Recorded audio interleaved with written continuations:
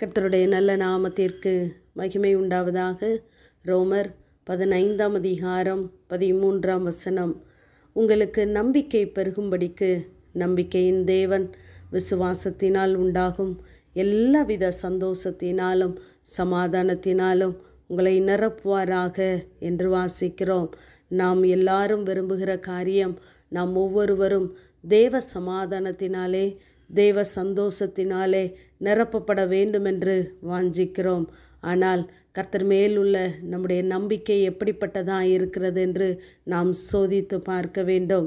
கர்த்தர் மேல் உள்ள நம்பிக்கை ஒவ்வொரு நாளும் நம்முடைய வாழ்க்கையிலே பெருகுகிறதா இருக்க வேண்டும். அப்படி பெருக வேண்டுமென்றால் பரிசுத்த ஆவியின் பலம் நம்மோடு கூட இருக்க வேண்டும். அப்பொழுதுதான் நாம் இப்படிப்பட்ட காரியங்களிலே பெருக முடியும். ஏனென்றால் நம்மிலே நம்பிக்கையை, விசுவாசத்தை, நற்கிரியைகளை தொடங்குகிறவர் அவராகவே இருக்கிறார். ஆகவே அந்த பரிசுத்த ஆவியின் பலம் நம்மோடு கூட இருக்கும் பொழுது நாம் இப்படிப்பட்ட நம்பிக்கையிலே, விசுவாசத்திலே, வாக்குத்தத்தங்களிலே நாம் பெருகுகிறவர்களாக காணப்படுவோம்.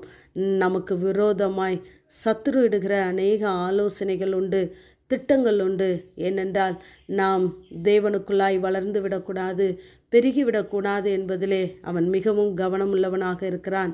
அதை காட்டிலும் தேவன் நம்மேல் வைத்த திட்டங்களும் தீர்மானங்களும் தரிசனங்களும் பெரியவைகளாகவே இருக்கிறது. நாம் கர்த்தருடைய கரத்திலே இருக்கிறோம்.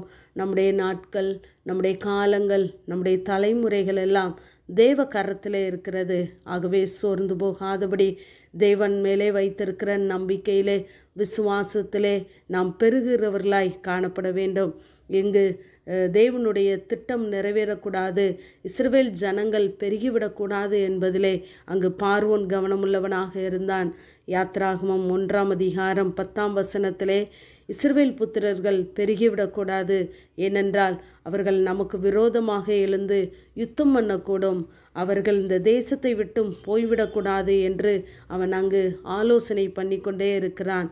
ஆனால் தேவன் கொடுத்த வாக்கு தத்தம் இஸ்ரவேல் புத்திரருக்கு, நீ பலுகி பெருகுவாய் என்று அங்கு வாக்கு பண்ணுகிறார். அவன் அதற்கு எதிராக சத்துரு செயல்படுகிறவனாய் இருக்கிறான். அப்போஸ்தலர் 7ஆம் அதிகாரம் 17ஆம் வசனத்திலிருந்து நாம் வாசித்து பார்ப்போமானால், அங்கு வாக்கு தத்தம் நிறைவேறுகிற காலம் வரும்பொழுது சத்துரு எப்படி அதை தடை பண்ணுகிறான் என்பதை நாம் அறிந்து கொள்ளலாம். பார்வோன் நினைத்ததை அங்கு இஸ்ரவேல் ஜனங்கள் அறியாதவர்களாகவே காணப்பட்டார்கள். அவன் ஜனங்கள் பெருகிவிடக்கூடாது, நம்முடைய தேசத்தை விட்டு வெளியே போய்விடக்கூடாது என்று அவர்களை ஒடுக்கி கொண்டே இருக்கிறான். அவர்களை எவ்வளவாய் ஒடுக்கினானோ அவ்வளவாய் அவர்கள் பலுகி பெருகினார்கள் என்று யாத்ராகமம் 1ஆம் அதிகாரம் 12ஆம் வசனத்திலே நாம் வாசிக்கிறோம்.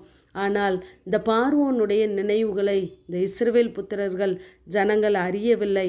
நாம் யார், தேவன் நம்மேலே வைத்த திட்டங்கள் என்ன, தேவன் நம்மை எதற்காக அழைத்திருக்கிறார் என்பதையெல்லாம் மறந்து தன்னுடைய உபத்திரவத்தின் நேரம், தன்னுடைய சோதனையின் நேரம் மாத்திரமே தேவனை நோக்கி கூப்பிடுகிறவர்களாய் இருந்தார்கள்.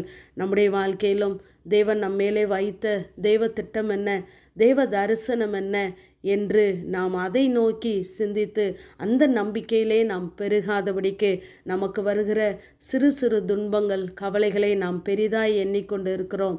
ஆகவே தேவன் நம்மேலே வைத்த வாக்கு தத்தங்களை, தரிசனங்களை அவர் நிறைவேற்றி நம்மை சந்தோஷத்தினாலும் சமாதானத்தினாலும் நிரப்ப வேண்டுமென்றால் தேவன் மேல் நாம் வைத்திருக்கிற நம்பிக்கை, விசுவாசம் இன்னும் பெருகுகிறதாகவே நம்மிடத்திலே காணப்பட வேண்டும். நம்மை சுற்றி நெருங்கி நிற்கிற பாரமான எல்லா காரியங்களையும் உதறி தள்ளிவிட்டு விசுவாசத்தை துவங்குகிறவரும் முடிக்கிறவருமாகிய இயேசுவை நோக்கி நமக்கு நியமித்திருக்கிற ஓட்டத்திலே நாம் இன்னும் பொறுமையோடு ஓடும் பொழுது தேவன் நம்மை இன்னும் அவருடைய நம்பிக்கையிலே பெருகிறவர்களாய் மாற்றி சகலவித ஆறுதலினாலும் சந்தோஷத்தினாலும் சமாதானத்தினாலும் நம்மை நிரப்புவாராக. ஆமேன். ஜெபம். பிதாவாகிய தேவனே, குமாரனாகிய இயேசு கிறிஸ்துவின் நாமத்தின் மூலமாய் உடைய சன்னிதானத்திலே வருகிறேன்.